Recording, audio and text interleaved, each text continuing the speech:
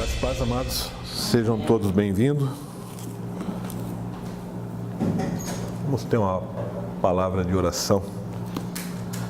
Senhor, nosso Deus e Pai, nós te louvamos e te agradecemos, ó Deus, pela tua bondade, pela tua misericórdia, derramada abundantemente sobre a nossa vida, Pai. Nos alegramos, Senhor, por poder participar deste momento de compartilhamento da tua santa palavra, Pai. Que o teu Santo Espírito, Pai, possa trabalhar na nossa mente e no nosso coração, nos dando a conhecer os mistérios revelados aos seus filhos, Pai. Nós te louvamos e te agradecemos, ó Deus, por essa oportunidade, no nome santo do teu amado Filho Jesus. Amém. Eu convido você a abrir a palavra de Deus no livro de Atos, capítulo 11. Eu quero ler o verso 25 e o verso 26.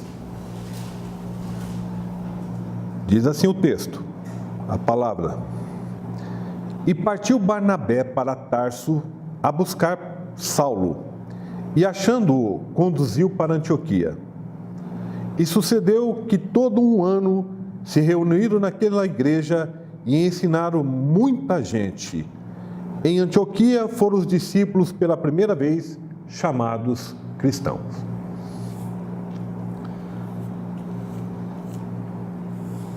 Em Antioquia, pela primeira vez, os discípulos foram chamados cristãos. Cristão, quem são? O que aconteceu com eles? Ainda existem? Já que esse texto lido se reporta ao tempo de Cristo na Terra, praticamente 2000 anos atrás. Hoje nós vivemos num mundo bastante conturbado, cheio de controvérsias e de tantas crenças. Como identificar o cristão? Quais os sinais ou características que identificam um cristão? Voltando a esse texto que nós acabamos de ler, o verso 26, nós podemos ter uma ideia de quem são esses denominados cristãos. Ele diz assim: E sucedeu que todo um ano se reuniram naquela igreja e ensinaram muita gente. Em Antioquia foram o quê? Os discípulos, pela primeira vez, chamado cristão. Então, a primeira informação que nós recebemos é que os cristãos são discípulos de Cristo. Foram aqueles que seguiram Cristo e seu ensinamento. Hoje nós temos um monte de controvérsia aí, né? Muitos se denominam cristãos, evangélicos, crentes, né? E de várias outras denominações, reportando-se a esse seguidor de Cristo. Mas, na verdade, a gente vai perceber o que o identifica uma pessoa como sendo cristão é exatamente essa especificação de que ele é um discípulo do mestre,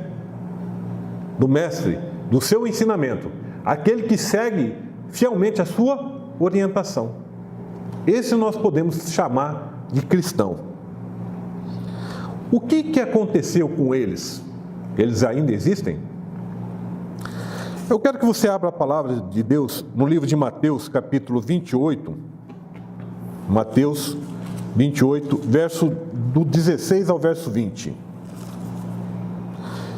Então é formada a grande comissão. Partiram, pois, os 11 discípulos para a Galiléia, para o monte onde Jesus lhe designara. Quando ouviram, o adoraram, mas alguns duvidaram. E, aproximando-se Jesus, falou-lhes dizendo: Foi-me dada toda a autoridade no céu e na terra.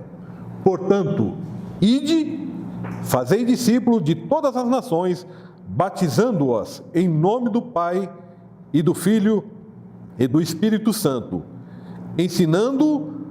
ensinando-os a observar todas as coisas que eu vos tenho mandado. E eis que estou convosco todos os dias até a consumação dos séculos. Os discípulos tinham a incumbência de formar novos discípulos e de difundir o ensinamento de Cristo em todas as nações.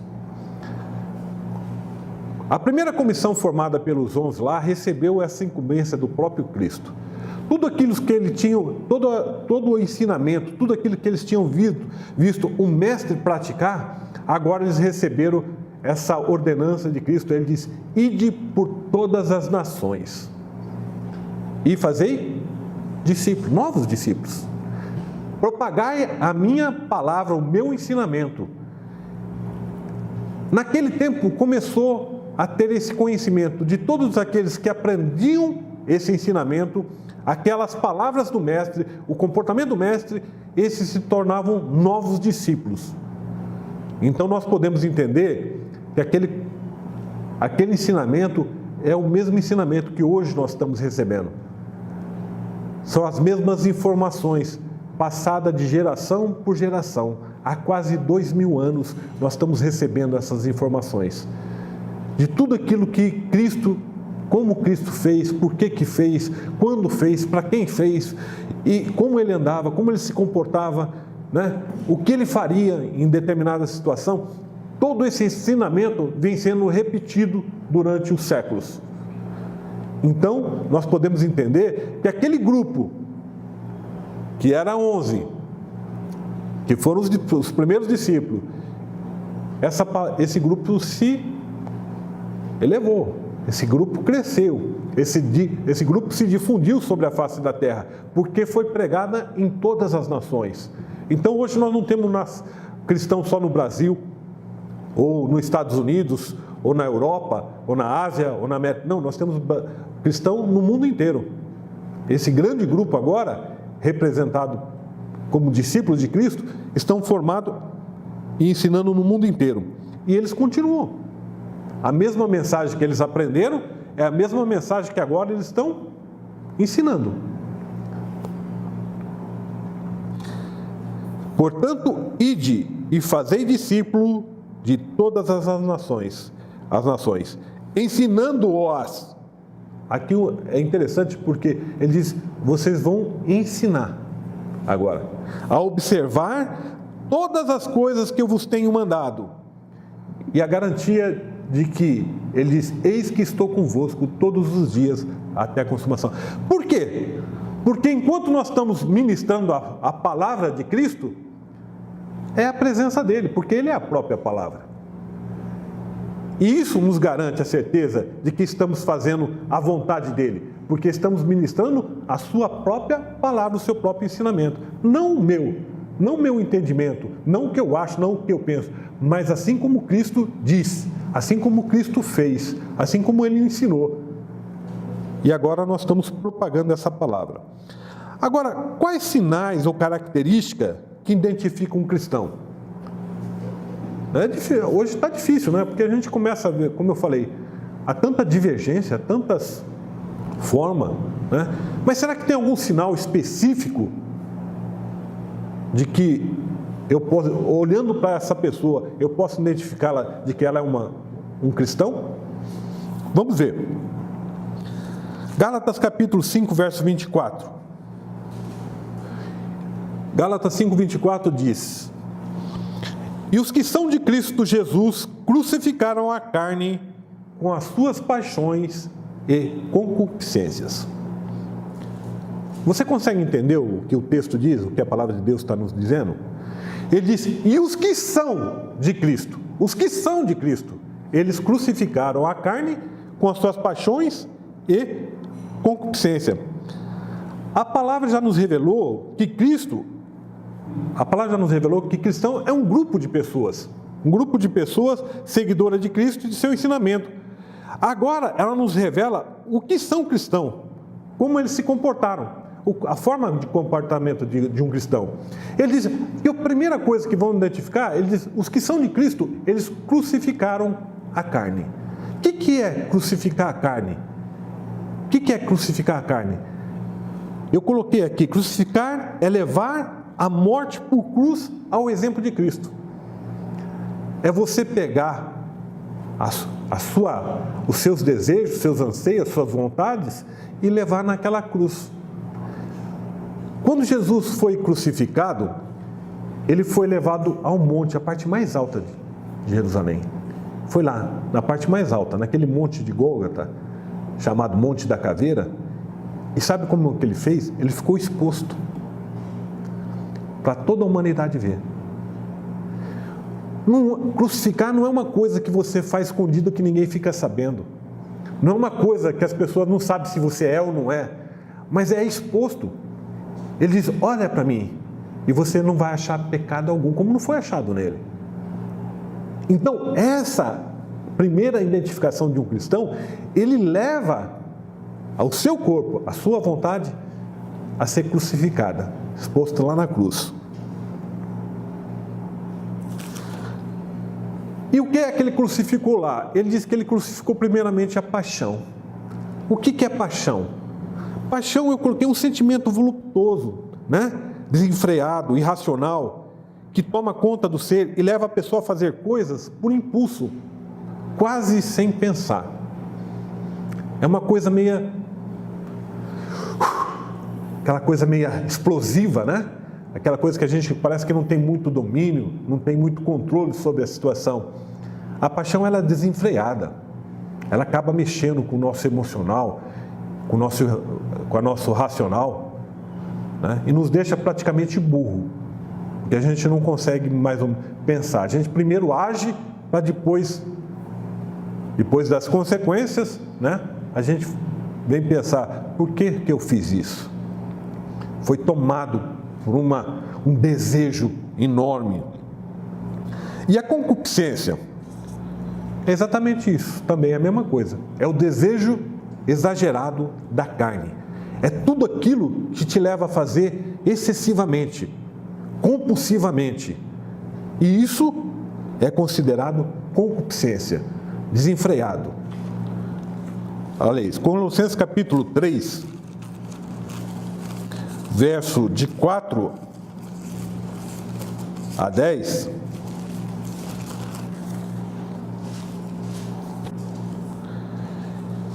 Eu quero que você observe comigo.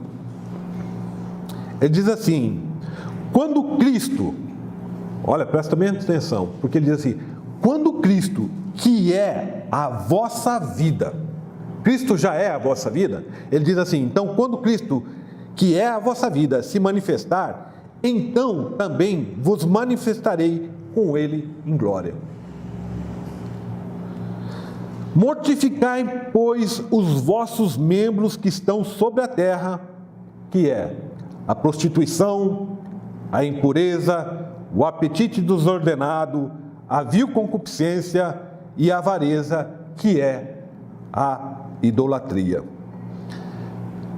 Pelas quais coisas vem a ira de Deus sobre os filhos da desobediência, nos quais também em outro tempo andaste, quando vivies nelas.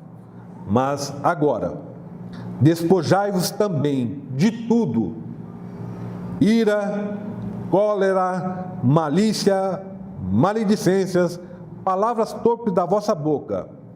Verso 9: não mintais uns aos outros, pois que já vos despiste do velho homem com seus feitos, e vos vestiste do novo, que se renova para o conhecimento segundo a imagem daquele que o criou. E vos vestiste do novo, que se renova para o conhecimento segundo a imagem daquele que o criou. Então a concupiscência, ela leva nós, né, o ser humano, a praticar todas essas coisas, as quais o próprio Senhor, o nosso Mestre, Ele nos ensina que devemos despojar disso. Foi Ele que nos ensinou, é Ele que está dizendo para nós que esse tipo de comportamento, de sentimento, de prática, não é aceitável na vida de um cristão. E ele não está dizendo que você não pode sentir isso. A gente pode até sentir raiva, ira, cólera, mas ele está dizendo assim: vocês têm um controle da situação. Eu te dou o autodomínio sobre a situação, domínio próprio, para que você possa conduzir a sua vida de forma digna, de forma verdadeira, de forma honesta, de forma íntegra, moralmente perfeito. Então, essa prática, ela não pode acontecer na vida de um cristão. E se ela estiver acontecendo, a gente precisa corrigir. Porque todas as vezes que nós saímos da palavra de Deus, o que acontece? Nós que conhecemos a palavra, o Espírito Santo, ele trabalha através da palavra de Deus. Ele nos traz o conhecimento, a revelação. Nós sabemos que é errado. Ou saberemos, logo após cometer, nós vamos ter o discernimento da palavra que este ato não é lícito.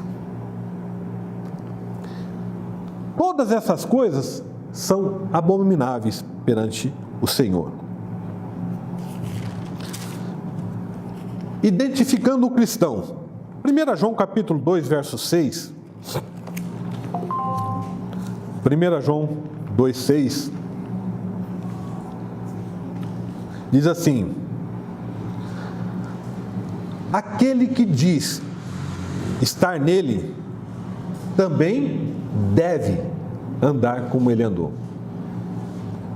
Se nós estamos dizendo que somos cristãos, por consequência somos discípulos de Cristo, discípulos do Mestre, ele está dizendo, se nós dizemos que somos, então nós devemos andar como ele andou.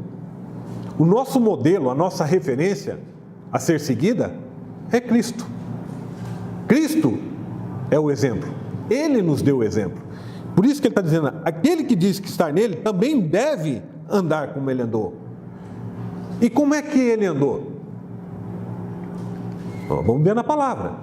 A palavra de Deus vai nos mostrar como é que ele andou. Atos capítulo 10.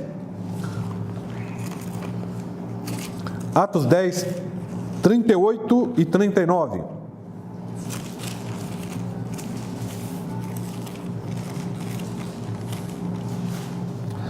Diz assim: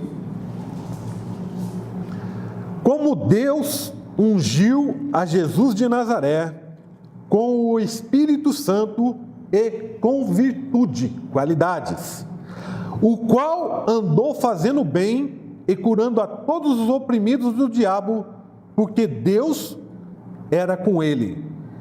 E nós somos testemunha de todas as coisas que fez, tanto na terra da Judéia como em Jerusalém, a qual mataram, pendurando-o num madeiro. Eu e você agora, nós somos testemunha. Agora, como é que Cristo andou? Ele diz: andou fazendo bem e curando a todos os oprimidos do diabo. Essa é a maneira que um cristão se conduz. É a maneira que um cristão anda. O comportamento de um cristão tem que ser igual, idêntico ao de Cristo. 1 Pedro capítulo 2, verso 21, ele diz assim: porque para isso foste chamado, porquanto também Cristo padeceu por vós, deixando-vos exemplo para que sigais as suas pisadas. Vocês foram chamados para isto, porque Cristo padeceu por nós, deixando-nos o exemplo. Para quê? Para que nós sigamos as suas pisadas. A sua forma de andar, a sua forma de falar, a sua forma de pensar, a sua forma de sentir, a sua forma de agir. Nós temos que ter esse envolvimento com o Mestre para conhecer como é que nós podemos nos comportar, como nós devemos nos comportar. seguindo o exemplo do Mestre, seguindo as suas pisadas. Como é que ele andou? O que ele fez? Como ele se comportava? Como é que ele falava?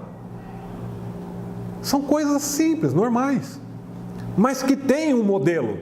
E esse modelo é Cristo. Cristo, Jesus, é o nosso modelo, nosso exemplo.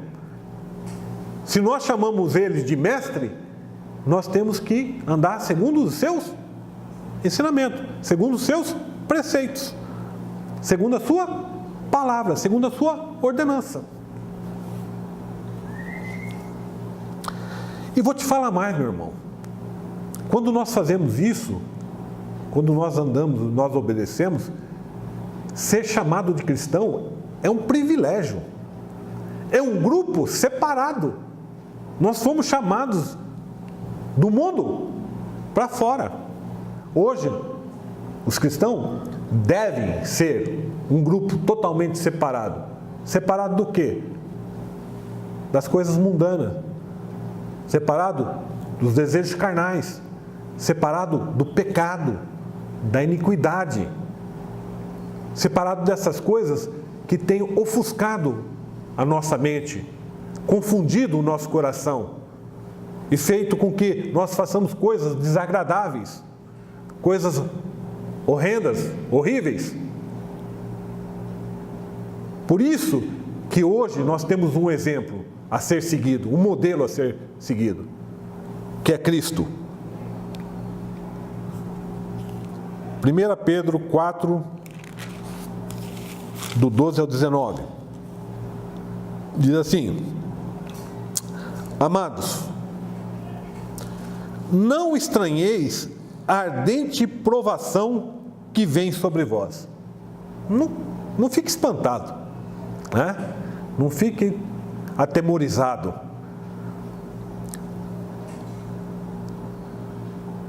Provação que vem sobre vós para vos experimentar,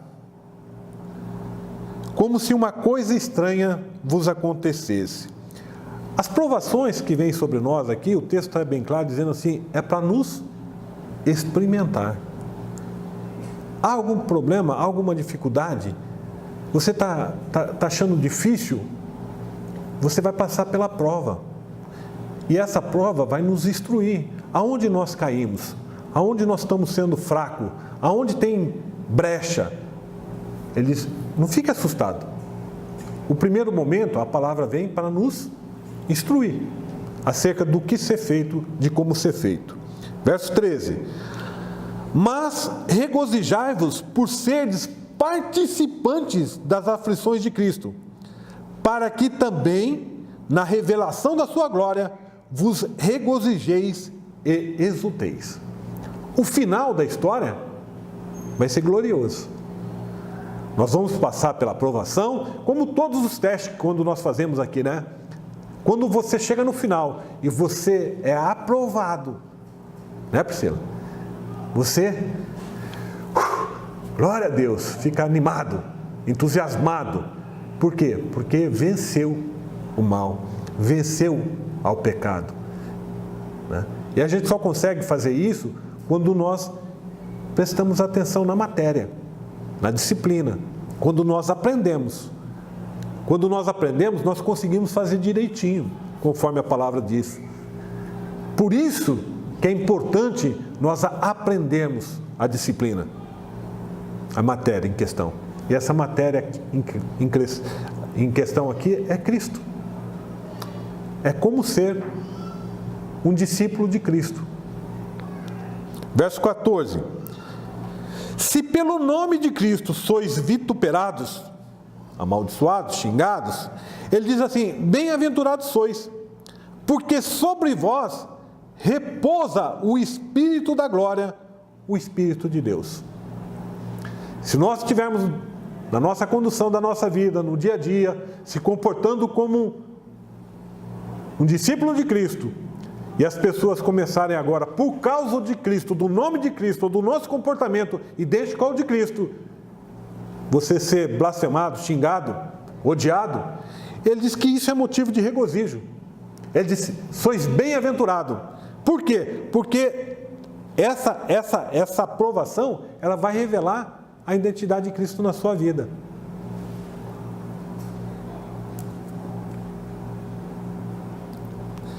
Verso 15. Que nenhum de vós, entretanto, padeça como homicida, ou ladrão, ou malfeitor, ou como quem se intromete em negócios alheios.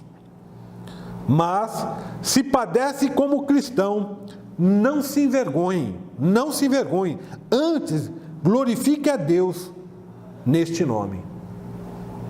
Que nome? Nome de Cristo, de cristão.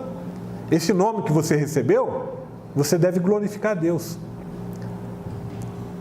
Mas cuidado, ele está dizendo, olha, há uma possibilidade da gente sair fora? Tem, ele diz, olha, tem uma grande possibilidade. Se você deixar de seguir a palavra, a orientação, o caminho que é Cristo. Aí você pode padecer como homicida, como ladrão, né? Como malfeitor. E aí, infelizmente, você deixou o caminho para seguir outro. Então você está fora do caminho. Esse caminho que te leva à glória, você está fora. Você vai estar num outro caminho que te leva à perdição. Por isso que é importante a gente conhecer o que é que Deus está dizendo, o que a palavra nos ensina, porque isso é que vai refletir na nossa vida. Verso 17.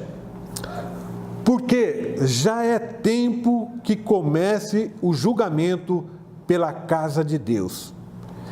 E se começa por nós, qual será o fim daqueles que desobedecem ao Evangelho de Deus? Isso é uma questão interessante, meus amados. Se os discípulos do Mestre vão ser julgados e nós não demos o bom andamento, vamos dizer assim, ou não apresentamos um bom comportamento, e os outros? Aquele a quem nós deveríamos ensinar, como vai ficar?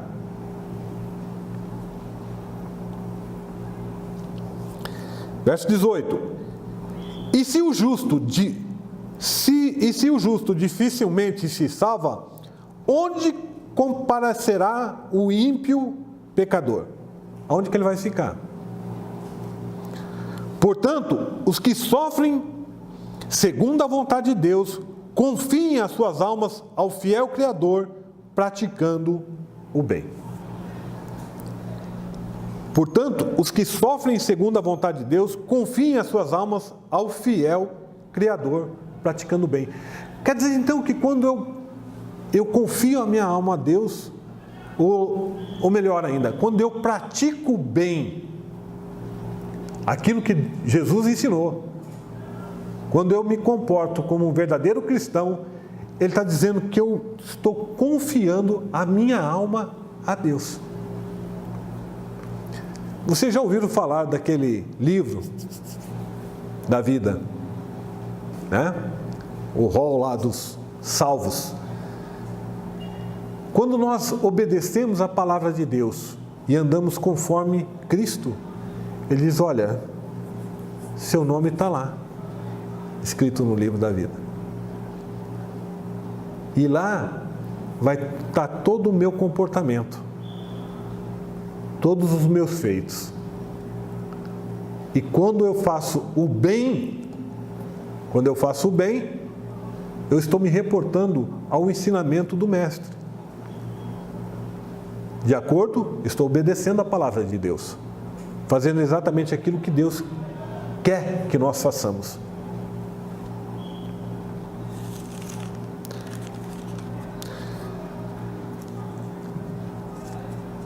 O verdadeiro cristão, meus amados, tem essa identificação.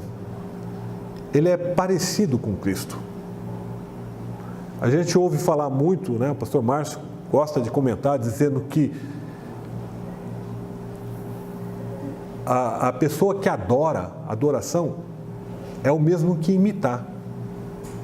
Aquele que adora, imita, faz exatamente igual, se veste igual, fala igual, se comporta tal qual, pensa da mesma forma, porque nós temos agora o privilégio de quando nós somos convertidos pelo poder da palavra de Deus, do Evangelho, nós nos tornamos um cristão e nós recebemos a mente de Cristo. Nós podemos pensar tal qual Cristo pensava. O mesmo sentimento que está em Cristo agora também está em nós. A mesma visão do Pai nós temos. E nós, então, foi nos facultado toda a capacidade para sermos tal qual o nosso modelo. E o final dessa história, ele diz, olhando para Cristo, autor e consumador da nossa fé. Ele é o nosso modelo, ele é o nosso exemplo. Se nós fazemos isso, nós glorificamos a Deus, glorificamos ao Mestre, porque Ele ensinou bem, de forma precisa, de forma perfeita.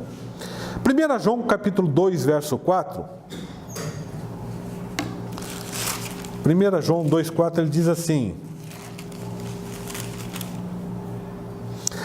aquele que diz, eu conheço-o, e não guarda os seus mandamentos, é mentiroso, e nele não está a verdade.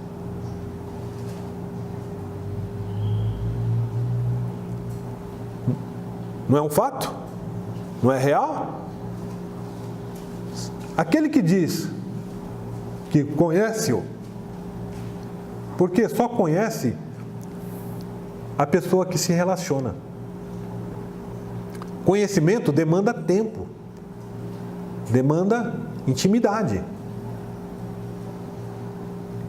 Então, quando eu digo que conheço-o, é porque eu tenho um relacionamento com ele, eu tenho intimidade.